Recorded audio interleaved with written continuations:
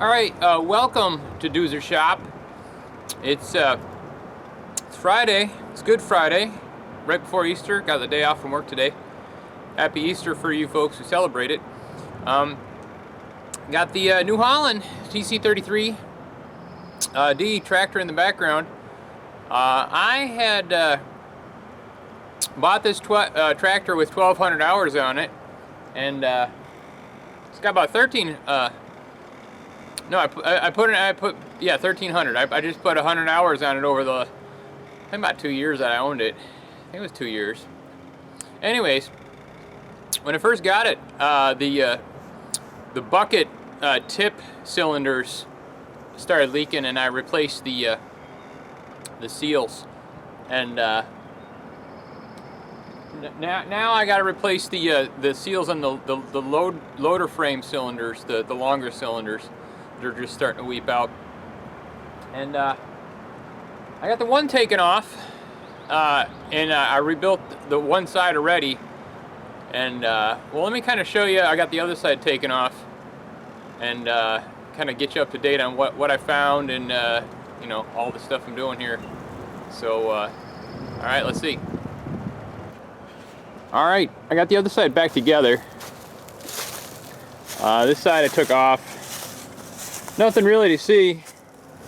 I got the pin pulled out, and I got that pin pulled out, and I cleaned all the bores there. I think I got my hydraulic hoses kind of just sitting there. Let me take you in the shop. I did these, like I said, I think it was last year or 2 years ago, and they're working fine. And it's interesting. The manufacturer of this New Holland loader, it's a 7308.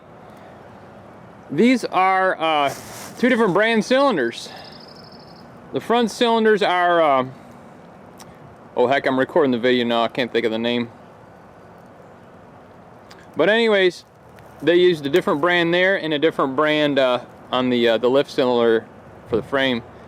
And the New Holland parts manual, if you go to partsspring.com, you can see all that. And they list one for one and one for the others, or it could be mishmash, I guess, of what they used. Let's go in the shop, and I'll show you what I had got going on with all this. All right, in Doozer shop here. Got the other cylinders apart. I don't want to kind of go out of order with my thoughts, but so anytime you see these bags, it's a great thing. McMaster Carr, love McMaster Carr. This is the piston seal, and it's like a T-shaped O-ring with two backup rings on either side because it's pressure up and pressure down. Never heard of these guys. I looked them up. I think it's called All Packings Group or something out of Texas. But regular 1 3/4 bore cylinders, which is, you know, nothing special in my mind. I got the other seals up there. So these are SKF. This is the wiper seal. Now, what it is, it's not a hydraulic piston cylinder part per se. It is it's a lip seal. It's a rotating shaft grease seal. It's a single lip seal without the garter spring, expander spring. And that's a grease seal, is what they call it for rotating seals. But they're using it as a wiper seal here. And I know this because I went on SKF's website. That's their, man, the glare. That's their number. And I got some O-rings just to seal the end parts that screw on the glands, screw on the cylinder. That's cool. And then these, love that McMaster Carr. Using the sunlight to my advantage, hopefully. This is an energized U-cup seal. So U-cup, this is for the piston rod. to seal the rod in the gland. And there's two series. There's a narrow and a thick. So this is the thick. I think it's a 5/16 seal that fits in an I think 11 32nd wide gland, 0.343. And this is a 0.313, 312, 313, 5/16. So then there's a narrow version. I forget the narrow one. I think the narrow one's like a 1/4 inch or maybe 3/16. I don't know. But this is an energized U-cup, and it's got an O-ring inside between the lip. And you can pop the O-ring out if you don't want the energized. It gives you more sealing ability at low pressures. Because as we all know, U-cups use pressure to push the seal up against the sliding piston rod. So that's cool. Don't know the brand on that. Say APG was the piston. Give you a quick look. Maybe it will come see, maybe it won't come through. Here, let me turn the fluorescent light on. So yeah, this is my McMaster Carr parts list for the TC33D tractor with the 7308 loader frame. So anyways,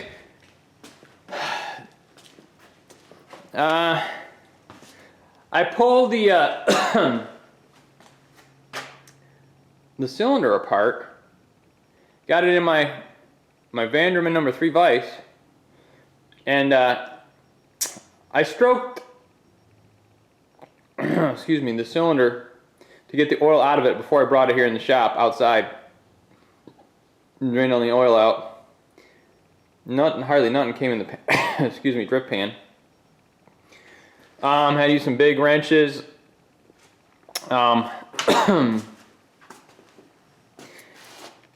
Ooh, bad.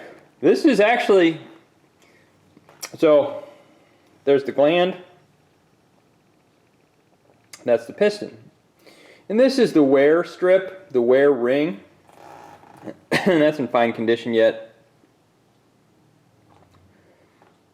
But the seal, oh my God. It's totally shot. The other side, there was nothing left. There's a little bit of rubber dust. And this one, my God, there is, I mean, it's just down to nothing. Now, when you pull the joystick back to lift the load, it would, the load frame, the bucket, everything would drop maybe a ½ inch before it would pick up and lift. And I thought the spool valve was getting shot. But apparently, I don't know how, see this thing, it wouldn't leak down a lot if you left the bucket up. It'd leak down maybe 6 inches in an hour or something if you left it standing. But the other side had nothing but dust. And this side is just almost down to dust. So the only thing holding oil was just the fit of the piston to the bore and this wear ring, wiper ring. It's a wear ring. But yeah, this thing's completely shot. So I'm going to clamp the clevis end in the vise and get my wrench on there and take it apart. Alright, I hope we got a good camera angle. I'm trying to show you guys what's going on here. I'm going to take my cylinder body here out of the vise, throw it over here in the parts washer, and we'll rinse this out. And we got to get this nut off on the, take the piston off, take the gland off, replace the U-cup seal in the gland. Let me see if I can pour this down. You guys still see.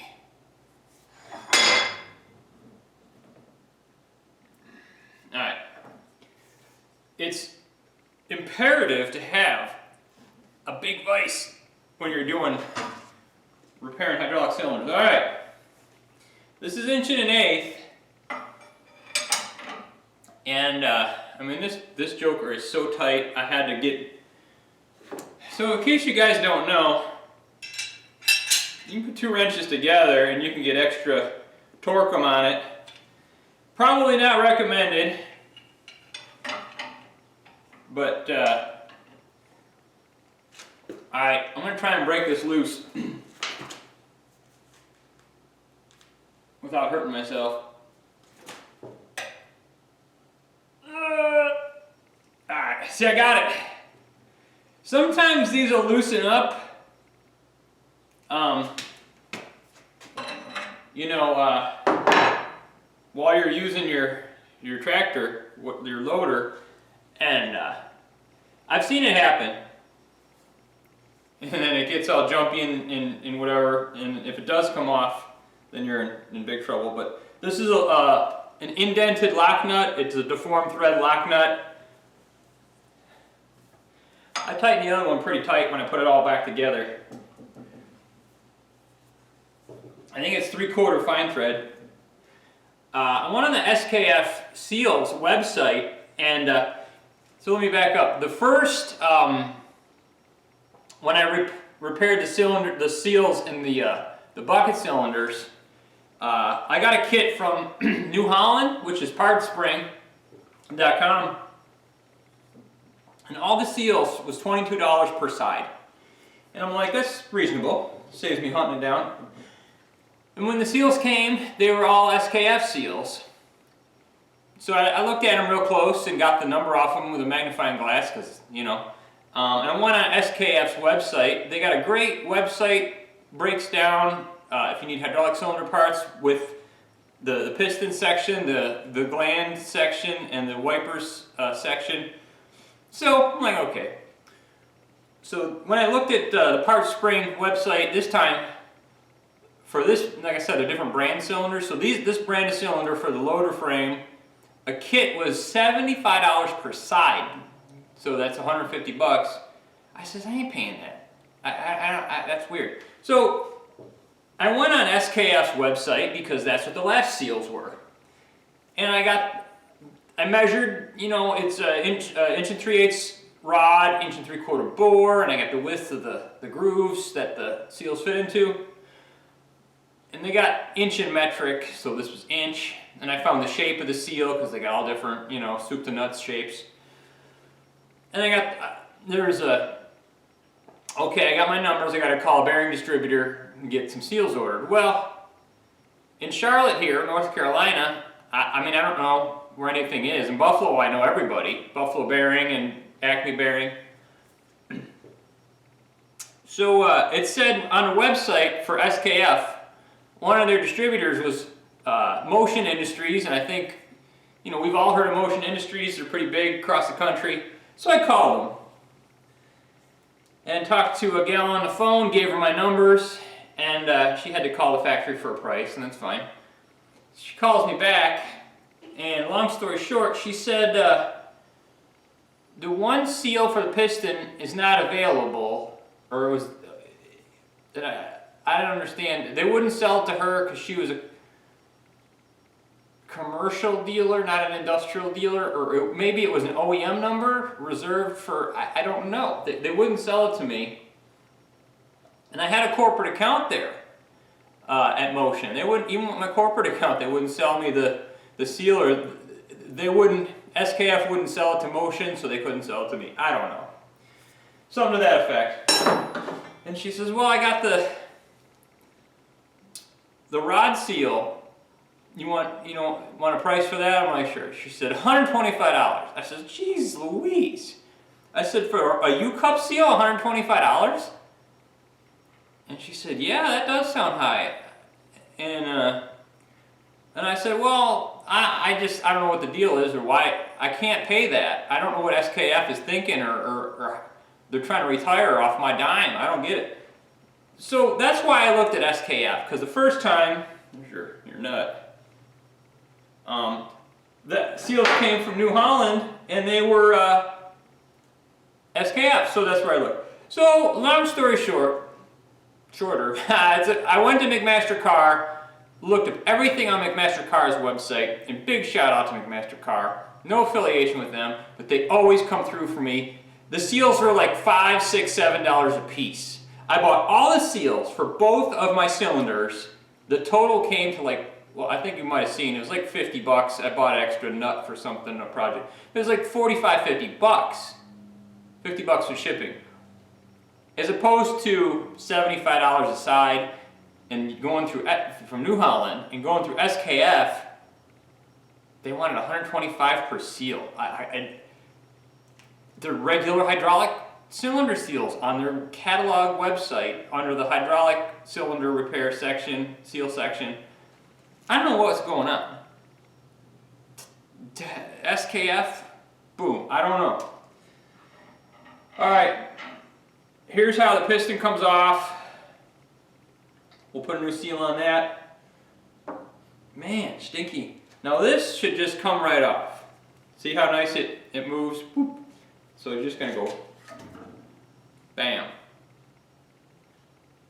So you got your your U-cup in there and your wiper on the outside. So I'm gonna clean this up in a parts washer, pop this stuff out here, and we'll get you back. All right, guys, got you back here. I got this gland all cleaned up, and the parts washer, I popped the old seals out. You can see there's a groove in there where the seal goes. So that's what we're going to do. We're going to try and put a new U-cup seal in there. This is the U-cup seal, as I showed you before. So the trick to doing this, they sell a tool to fold this in on itself with like a 3-fingered tool. You really got to use, and this I just did this last time about a day or so ago. Petroleum jelly is a great aid to put in seals. Just like, you know, you need to use soap when mounting a tire, make it slippery. You need to use this Vaseline, petroleum jelly. Vaseline's a brand name here in the US, of course. It's neat. YouTube reaches out to, you know, the world, so kind of neat. All right, so these are a bugger to put in. I mean, these things are so non-pliable. I mean, they're just hard. Let me just roll it.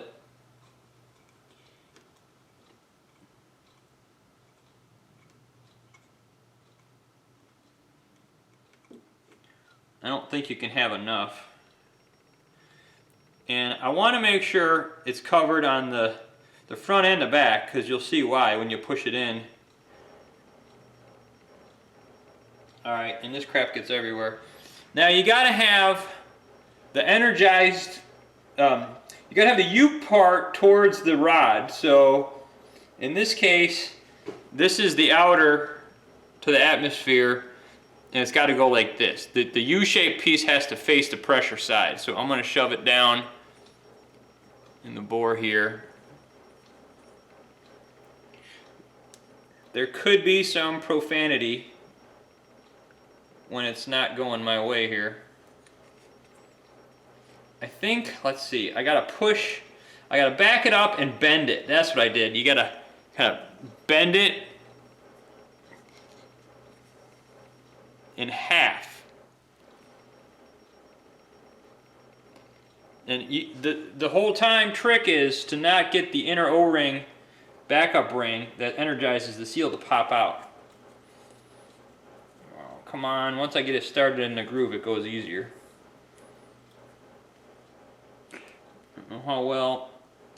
Alright, I'm bending it up, shoving it in, bending it up, shoving it in. Okay, now I got it started down there in the groove a little bit. Okay, see? I'm working it in. You see that? I'm working it in slowly. Shit. No, I'm doing okay. You don't want to lose any progress that you make. Alright, see, I'm pushing it and twisting it, pushing it. See, I'm kind of folding it.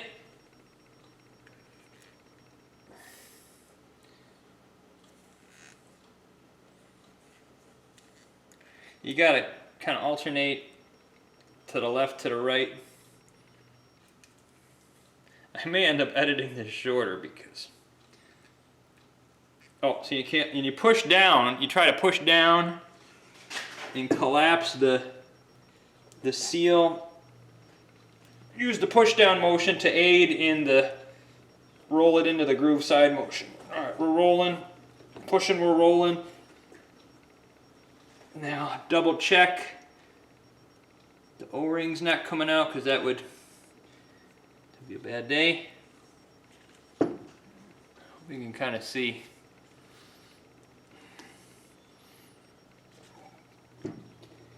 And once you get it down, you gotta flip it.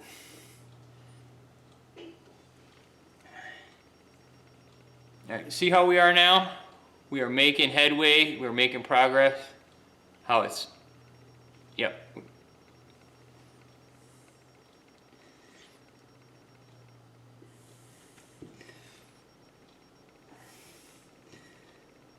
So I kept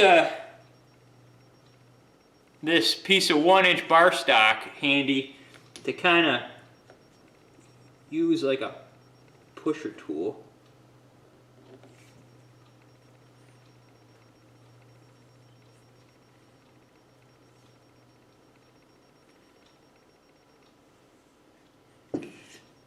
I almost need like a little screwdriver. I got the lip folded in right with my fingernail, the edge of my fingernail. I just got to get it pushed down a bit more. That's where I'm using my little 1-inch bar stock, and it's got a chamfer on it so as not to hurt the rubber. Kind of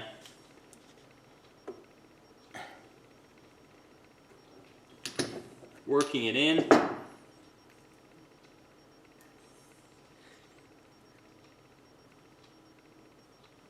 Almost there. I don't know if it's kind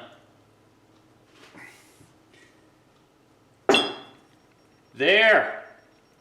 It's all the way in, folks. You can see that it's all the way rolled in to the bore. And I did it all with my fingers. You got to kind of squish it in half, bend it sideways 90 degrees, shove it in, work it in. And the lips facing down towards the pressure. The O-ring did not pop out. I got a superfluous amount of Vaseline, but that's okay. Yeah. But better, more Vaseline, more petroleum jelly, and more of a mess.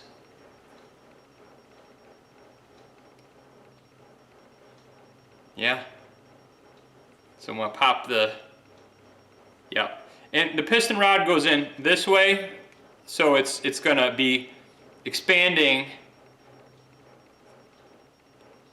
the U-cup. It's not going to be going the wrong way to try and deadhead the U-cup. It's going the right way. Well, I'm pleased as punch that that went in relatively well. All right, let me wipe my hands, and I'm going to try and shut the camera off of my elbow, and I'll bring you back.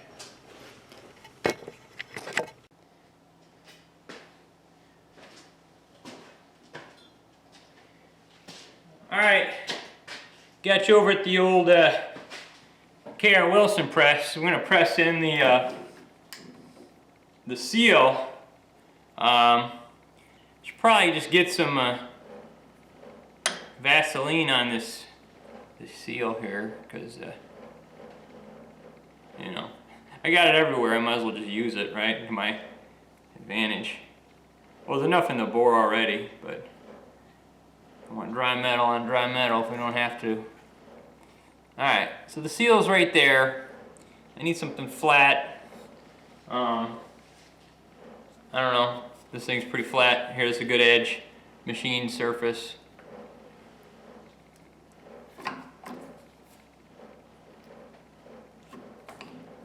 That's it. That's all she takes. Man, it's nice having a press. Gasoline. And I think I can, I mean the end of the ram's pretty good. I can just, yeah, it's like size on size, make sure I get it right on there. Right on, eh?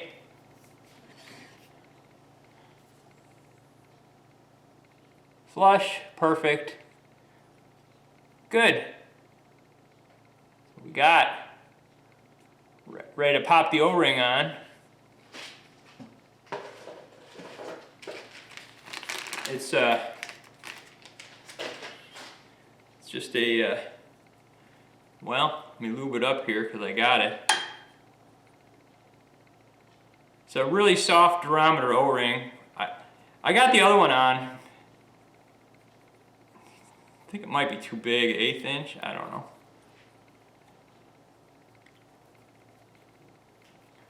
It just seals the nut against the cylinder. Kinda, you see. Goes on there. 1, 2, skidoo. Yeah, just kinda sits there. Make sure it's not rolled, you know. And bam, right? There you go. Alright, let me get you set up and we'll pop this on the rod. We'll put it back in the cylinder. We'll get this tractor rolling again. Can't wait. Love it. Alright. Got wipe off my rod here. Don't get excited. Not a big deal. A little schmung on there.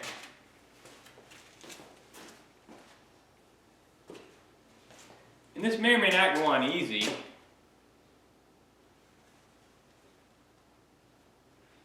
Just kind of put it on the end here. So now the wiper seal points the wrong direction. You just kind of undulate the gland. Now, I doubt that this is going to go on. I might have to put it in the cylinder. Let me see here. Try not to hurt myself, but actually...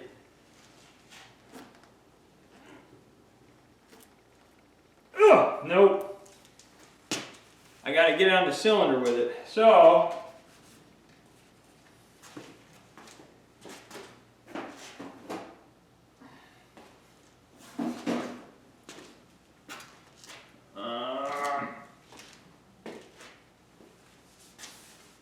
do a little wipe down.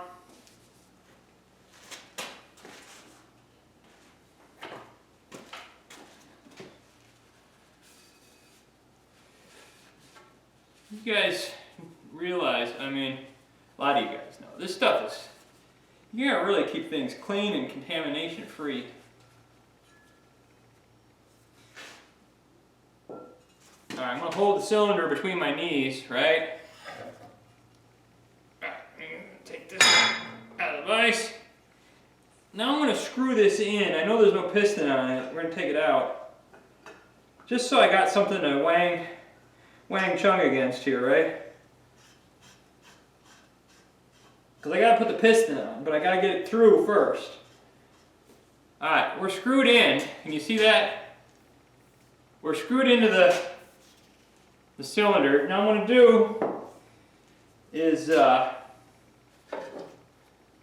get a block of wood on a concrete, and I'm going to use the ram, the weight of this is like a ramming effect, to get it through the U-cup. I'm going to tap it.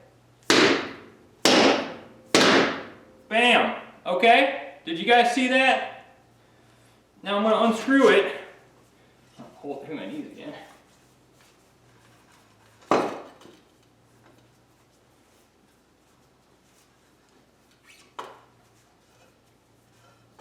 Come on.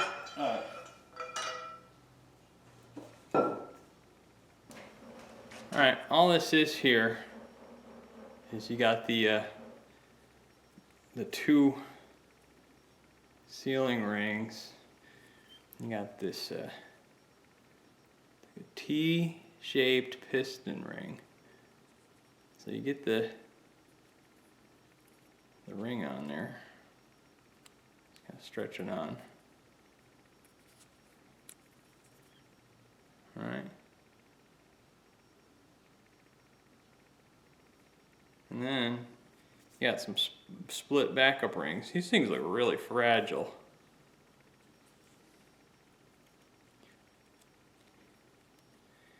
They're like little itty bitty piston rings.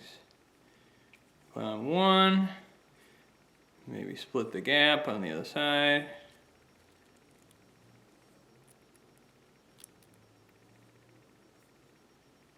And that is it. That is what it looks like. And let's get this put back on. All right.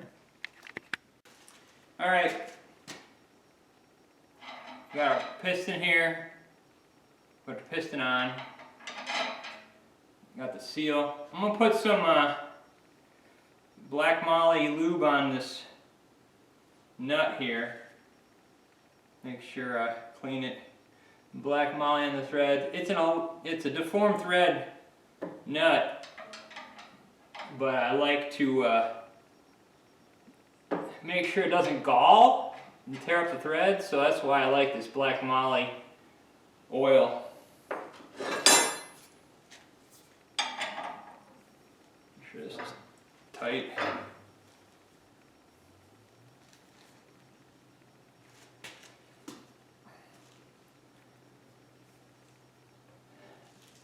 Yeah, I don't want to tear those threads up, and that black moly is really good for preventing that.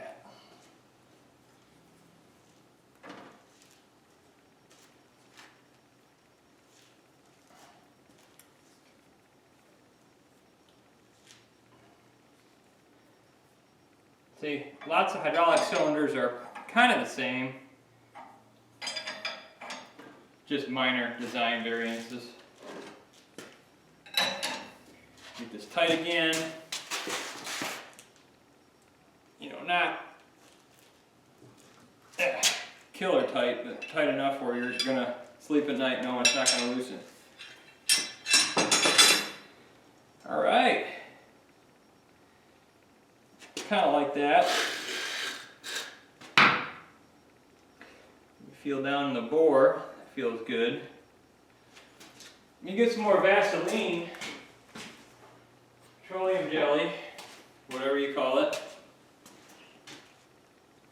This is our O-ring for the gland going into the end of the cylinder. Make sure that there's plenty of looby-doob in there.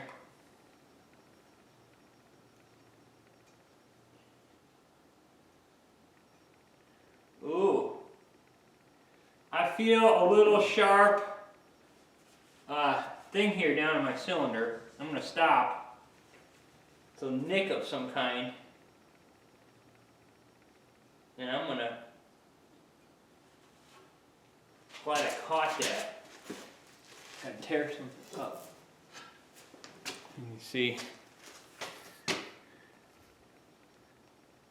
I'm just going to focus this right there. You can kind of see a little nectar. Let's I'm gonna pause you, file that up, and we'll come back. All right, I've been working at it a little bit here. I got a round, half round file. Really fine. I don't know where I got it.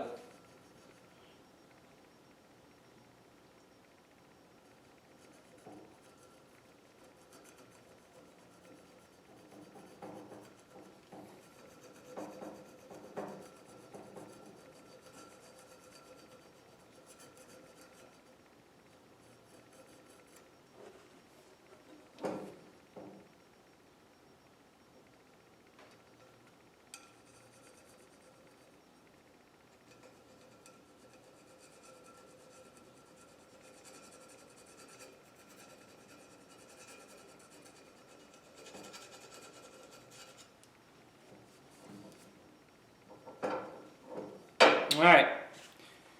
Yeah, all right. That's good. So, make sure we got our camera pointed sort of where we want to be. All right.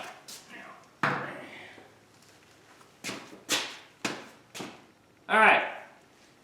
So, as I was trying to do a little bit ago, I'm going to put some lube on there.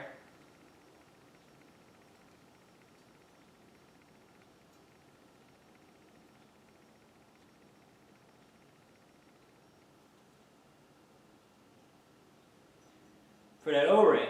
All right, now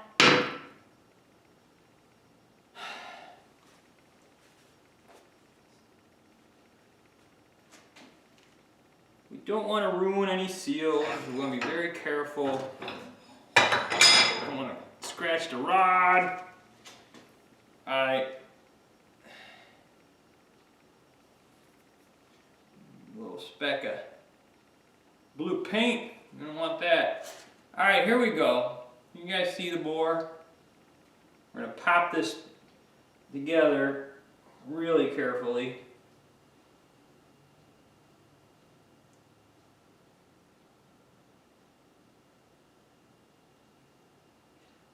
I kind of orbit the rod a little bit as I'm going in.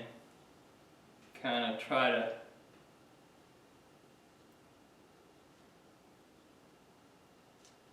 ease them seals down.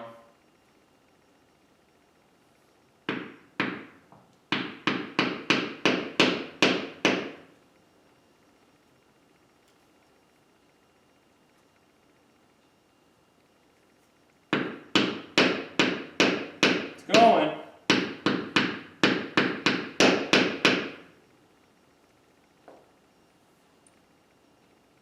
Oh yeah, I'm past the port. I should be able to push it.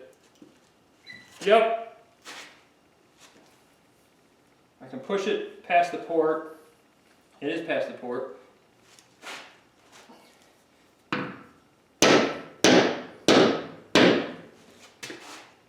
Alright. I'm happy with that. I'm happy with all that. Put it in the vise again. Put this pack together.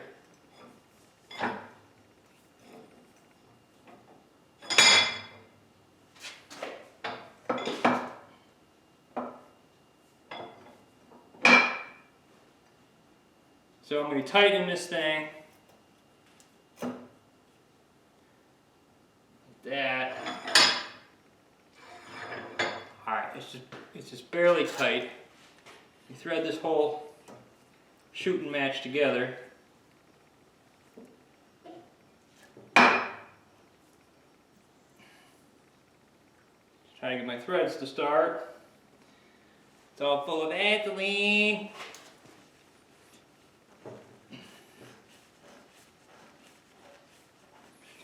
Hope nothing leaks. I'm telling you, man. If it does, I'm gonna do this all over again. Now, last one, I had this O-ring fight me going in. I think it's a little too fat or a little too soft. I don't know if I had enough lube on it. You can see what I'm doing? Yeah, you can see what I'm doing. Yeah.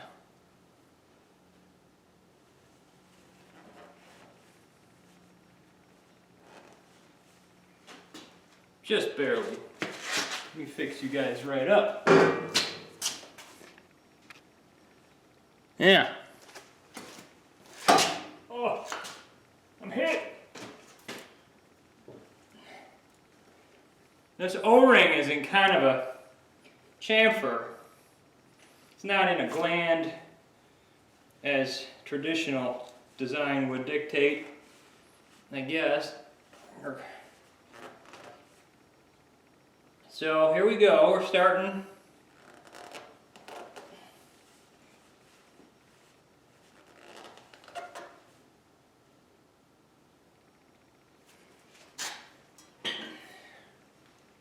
I couldn't find, well, let me take that back. I chose not to procure a 2-inch open-end wrench So I'm being very careful with the pipe wrench.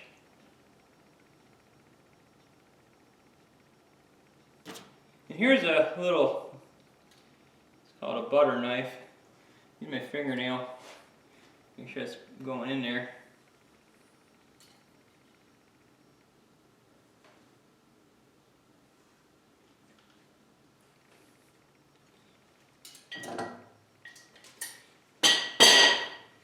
I want to make sure the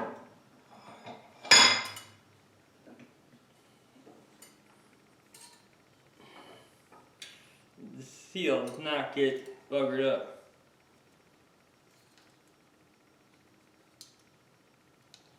Not seal, O-rings. Well, O-ring seal, whatever you call it. So I'm kind of making sure it gets compressed as it goes in with this butter knife here. It's actually a palette knife, but for all intentions and purposes, it is like a butter knife.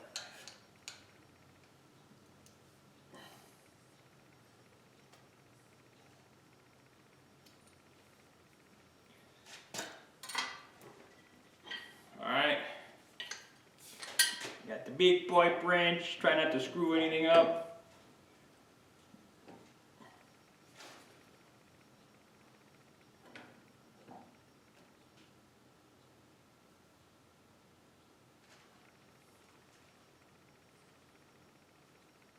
The seal's in there, the O-ring's in there. Now, making double sure my pipe wrench is secure. I'm gonna put a little torque on this thing. Not too much.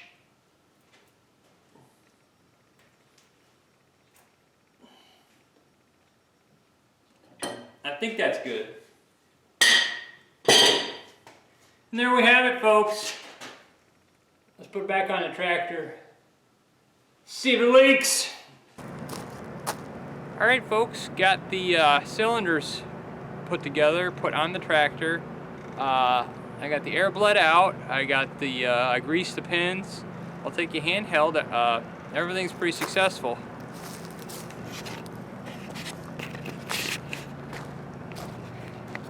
Alright, here we go. I shut the tractor off. I left the bucket up, just to show you guys. Got everything put back, got the pins in. I cleaned the pins, cleaned the bores. There's a couple washers, cleaned them. You know, cleaned all the fittings. And wiped it all down. Still a little Vaseline on the rod, petroleum jelly, from the seal pack. I surged the lift cylinders all the way up and then all the way down, where I was trying to pick up the tractor off its wheels, and I, you know, picked the front end up. So it looks good. Greased everything. Both sides are done. Like I said, I really put the pressure to it, and nothing was leaking at all. So I'm gonna call this one for the record books, you know. Pretty good. And like I said, after going around with SKF and Seal and seeing how much these cost from New Holland, McMaster Carr saved the day. Everything fit perfect, and just match them up by size. And yeah, gonna call this one done. It's a beautiful spring day here at Doozer's shop.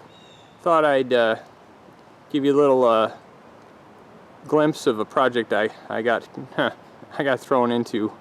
Let me show you real quick. So there's the shop, and I'm over here at the house, behind the house, and this is the garage in the house. So outside here, basically is kind of behind the house, my patio and everything. I've been doing some dirt work. You can kind of see back here is like the patio and my metal rack and my pickup truck. And this area I got dug up. This was like a flower bed with bushes and such before I bought the house. And it's just kind of, it's a mishmash of, it was just weeds. And all I had to do was pull weeds here. It's constant, just overgrown weeds. So, kind of see, let me back you up. I guess there's a little theme with the patio coming out of the back door and 3 steps or whatever.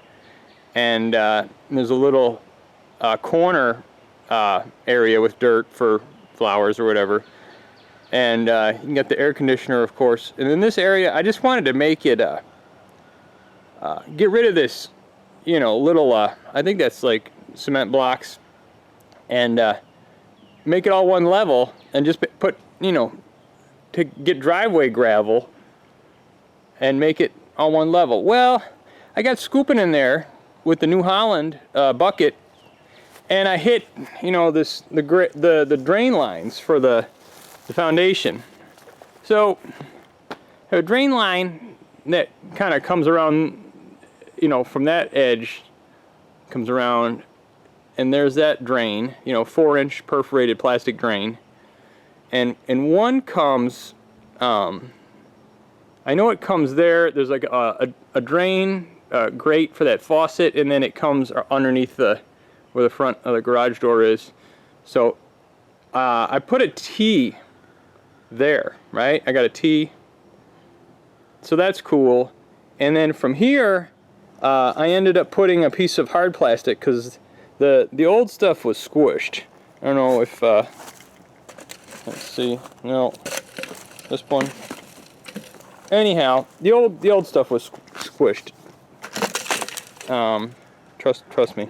From people driving over it or something.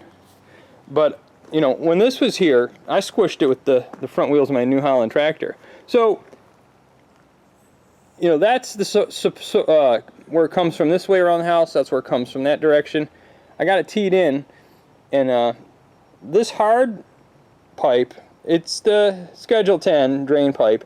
It's got weepers in the bottom, so I got it bedded in some coarse number 2s or whatever, and it converts back into this flexible perforated, and it goes back behind the you know, the bushes there. It drops down, so it outlets back there behind the truck somewhere. But it's like not really a cement driveway. It's just sort of somebody kind of put some cement here. It's a little apron, I guess you'd call it. But when I cut it off here, I stuck my hand down in there, and it was crushed. And what the deal is, this was crushed, and then they poured the cement on top. I chipped the cement out, right? Because I could tell where it was crushed. The cement was poured into the crush, which is just ridiculous. So I got the concrete saw, and I cut that, and I got the jackhammer, and I hammered all the rubble out, and you know, and I got it uncollapsed and all fixed up. So that's my plan here. I wanted to make, like I said, this whole area is going to be gravel. I'm going to get rid of these, it's like a cement blocks, and just have this, I guess where it's paved, make all this, you know, with driveway gravel, #1s, crushed run, and so I might have to, so with the elevation changes, I might have to put some like landscape timbers. See, they got blocks over there kind of forming a corner. I don't know if I should get some, I'm going to put right on the outside edge of this pipe, either pressure treated 6x6 landscape timbers, which I might because I kind of have some, or you know, some solid paver bricks, not the hollow concrete block. But anyways, I've been working on this for a couple days. I'm tired, my body hurts. Yeah, that's what I've been doing.